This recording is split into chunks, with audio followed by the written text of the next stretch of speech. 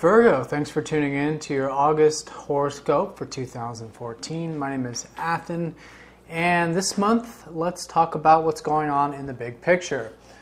We've got interesting month. We've got the fast-moving planets Venus and Mars joining up with the slow-moving planets Jupiter and Saturn. So what this means is for all of us, we're going to have an opportunity to really get into the nitty-gritty, the day-to-day, mundane aspects of the big picture stuff. So whatever's been going on in our lives on a grander scheme of things, this month we have a lot of energy to put it into that, to make a lot of those things, to refine them and work on them and make them more in line with what we're about, because we're getting closer to the more personal planets, which means we're bringing all that stuff down into the more personal reality of our lives. So it's a great opportunity to really modify and continue with these bigger changes that are going on in our lives. So what are these bigger changes? What is this big picture? Well, let's look at Jupiter and Saturn. You can't look at one without looking at the other. They're both the masculine and feminine principles of each other, of basically one and the same thing. They are the creation of our reality. Jupiter is the expansion, moving in all directions, and Saturn is the definition, the places where there isn't expansion. It's definition, it's refinement, and so what you end up with is this sort of sacred geometry, and that's how our universe is. It's giant sacred geometry, and it follows a certain pattern. But in either case, it's happening in different areas of our lives, this creation. So when we're aligned with it, what we want to do is we want to align with it, and then when we do that, we join hands with the universe and become co-creators in the process. And that's when we really step into our abilities to manifest. So for you, Jupiter is transiting your 11th house of groups, friends, and ideals, and Saturn is transiting your 2nd house of resources and values. So the major theme has been for you a lot of growth and opportunities in the group area, or at least with your ideals, okay? Or perhaps through technology. A lot of opportunities, a lot of potential with all of this. Perhaps a lot of new people coming into your life, new groups, new communities, or perhaps it's new ideas, new ideals, new innovations, new things that you might feel like that you can do for humanity on a global level, or on a smaller microcosm with your local community. Whatever it is, it's the 11th house that's ruled by Aquarius, which has to do with groups and innovation. And stepping into the age of Aquarius right now, this is the sort of major theme that's going on in the whole world right now, which is global transformation, a global humanitarian effort. So in either case, there's a lot of opportunities here. Now, if you allow these opportunities to come to you, in other words, put yourself out there, get involved in communities, or really listen to your ideas and your new ideas and stuff. By doing that, you're fulfilling half of the equation, the expansion principle. Okay? Now, in order to make it into something, you have to implement the aspects of Saturn. And in this case, Saturn is in your 2nd house of values and resources. So while this is happening, while this expansion in that area is happening in your 11th house, you've also got a maturity. You're becoming more mature when it comes to your resources and values. Okay? And so if you incorporate the two, you're really in line with the creation principle. So an example of this might be, while you have a lot of this expansion with your groups and friends, at the same time you have to be very realistic about what you want out of life, what you want, what your ideals are, right? And also maybe for those of you who are involved with doing anything that's, finance related or resource or work related in that area of that 11th house. It's about, really, getting into the nitty-gritty of the budget of it, and getting into the fine details of the resources and working those out. But in either case, if you are putting in the effort and maturity into the resource sector, while at the same time opening up these new opportunities that are coming in the 11th house Aquarian sector, then you're really joining hands with the universe and becoming a powerful co-creator. So that's the big picture.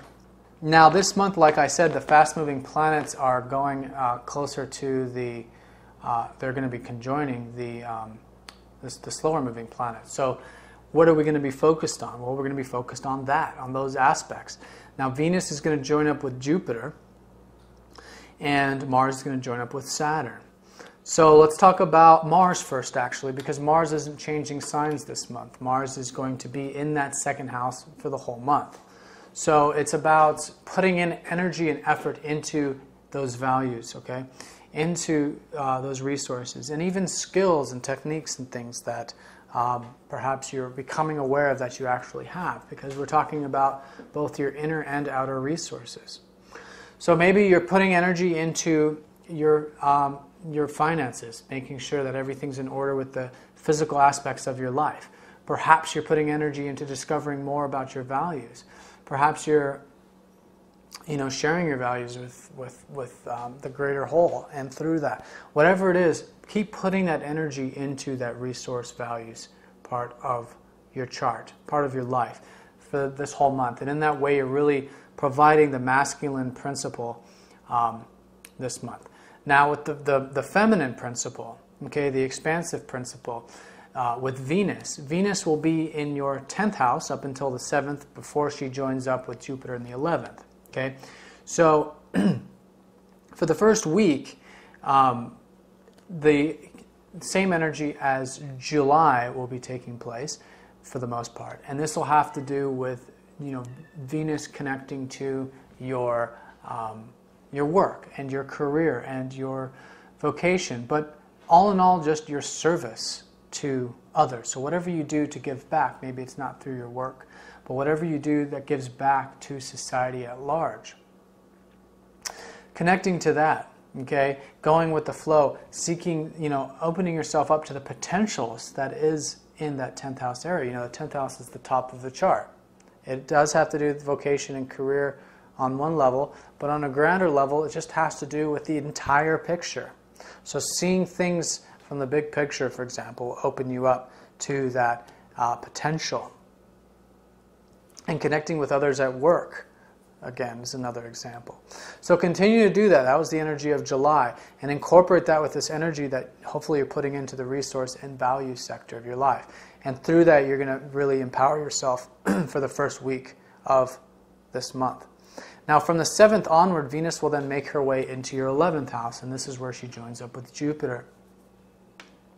So connecting to the groups, okay, I think you're going to enjoy it, okay, or at least there's the ability to. So really, I would say, if you're not connecting to the community, to the group, or doing anything humanitarian-like, maybe it's a time of studying more about technology or science, or doing things that have to do with your contribution that's not necessarily physical, but you inventing or creating something new, or you understanding more of the scientific aspects of the universe is contributing or will contribute to the greater whole. So whatever that is, enjoy those 11th house activities. If it is groups, if not, the technology and science and stuff. Or just, really connect to your ideals, okay? Your big picture plans this month. And so by connecting to those things, those 11th house things, while at the same time, like I said, putting in that discipline, hard work, and energy into your resources and values, it's going to be the greatest use and utilization of the energies this month. Now let's talk about the sun and the moon. Now these are another polarity set of planets. We call them planets in astrology, and they have to do with awareness. The moon is your inner awareness, and the sun is your your conscious awareness. So what I mean is your inner awareness is your feelings. And so the moon has to do with that, the sun has to do with your consciousness. And the reason why this is important is without awareness, we have no ability to manifest. We have to be aware of what we want on the inside, what we're feeling, what we feel, and also what we see and what we're consciously aware of. And through that, we gain insight. And it's that insight that we gain these ideas, and these ideas is what we set and put out there into the universe to manifest. So continuing to listen to our awareness and our insights are the keys to manifestations. Because without that, what are we doing? What intentions are we setting? We have to be very clear about what our intentions are. So for up until the 16th, the sun, which will be your conscious awareness, is going to be in your 11th house of the technology, groups, friends, and ideals, like I talked about. So I think a lot of motivation here, a lot of energy, a lot of awareness about yourself in this area. So do this. Continue to put energy into this for the first half of the month, this awareness. Okay? And enjoy it and create through that. The sun is about that creation. And understand more about yourself. Discover more about how you do have all these wonderful gifts to offer others, the whole world, and the whole universe at large. So put that conscious energy there. Now on the 10th, there's going to be a full moon, and it's going to be involving that 11th house, but it's also going to be involving your 5th house. So paying attention around the 10th to what you can contribute. The 5th house is your creative contribution. Pay attention around the 10th what you can contribute, because all this is going to help you expand that 11th house of yours. Pay attention. The 10th, around the 10th, pay attention to what puts a smile on your face, what makes you happy, because we're not just of service, in a sort of selfless sort of way, in the sense that we're completely neglecting ourselves. We have to incorporate ourselves into it. So what we find is oftentimes what makes us happy, as long as we're doing what makes us happy and what we enjoy, then that creativity is what we have to contribute. And that's the role and the piece of the puzzle that we play in the larger scheme of things. So around the 10th, tap into that. Now on the 16th, actually, the sun will go into your 12th house, and this is going to be the theme leading up into September. Things are going to take a much more spiritual sort of connotation. I think this month, with a lot of this this service-oriented, community-oriented stuff, I think it's going to spawn a spiritual awakening, or something that has to do with you wanting to now take some time for yourself and really explore your own spiritual nature. Now all that stuff, all that community stuff is going to still be going on, but it will involve you understanding more about your spiritual nature to really contribute. So around the 25th, that new moon will be happening in that 12th house. So pay attention, take this time if you can to reflect, listen to your dreams, your intuition, meditate, connect to your inner spiritual self, and then through that you're going to gain some very strong and powerful insights which will lead you into September and onward. Okay, a 12th house new moon is very important, very impactful, very spiritual time. Now, let's talk about your ruler, Mercury. Okay, he's in full swing. He's in full energy. He's going to be in that 11th house up until the 12th. So like I said, for that first half, particularly up until the 12th, keep concentrating all that positive energy, that focus energy into the groups and the technology or whatever it is that you're working on in that 11th house.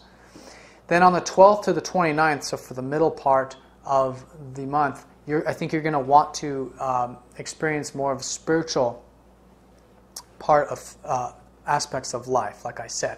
So actually leading up to that new moon, I think you're going to already be wanting to learn more about the 12th house spiritual aspects of life. So from the 12th to the 29th, that middle part there, most of the month actually, it's really about letting go and going with the flow and allowing any insights to come to you. Mercury in the 12th house, Mercury is that messenger. Mercury in that 12th house has spiritual messages. So do listen to that this month. Then your ruler will be going into your first house on the 29th, and that's when all of this spiritual stuff is then going to take on a much more new approach, new beginnings. It's the end of the chart and then the beginning of the chart. So new beginnings for you towards the very end of this month and going into September. Okay, so by allowing all of this information, all of this, I think it's going to spawn a new motivation for you to then start something new in regards to all of this community and resource side of your life. All right, Virgo, so thanks for tuning in. If you have any specific questions, please let me know. And if you'd like a personal, more in-depth reading, please get in touch. I'm still offering a 50% discount on my personal readings. And thanks again for watching, and have a great month. All right, Virgo.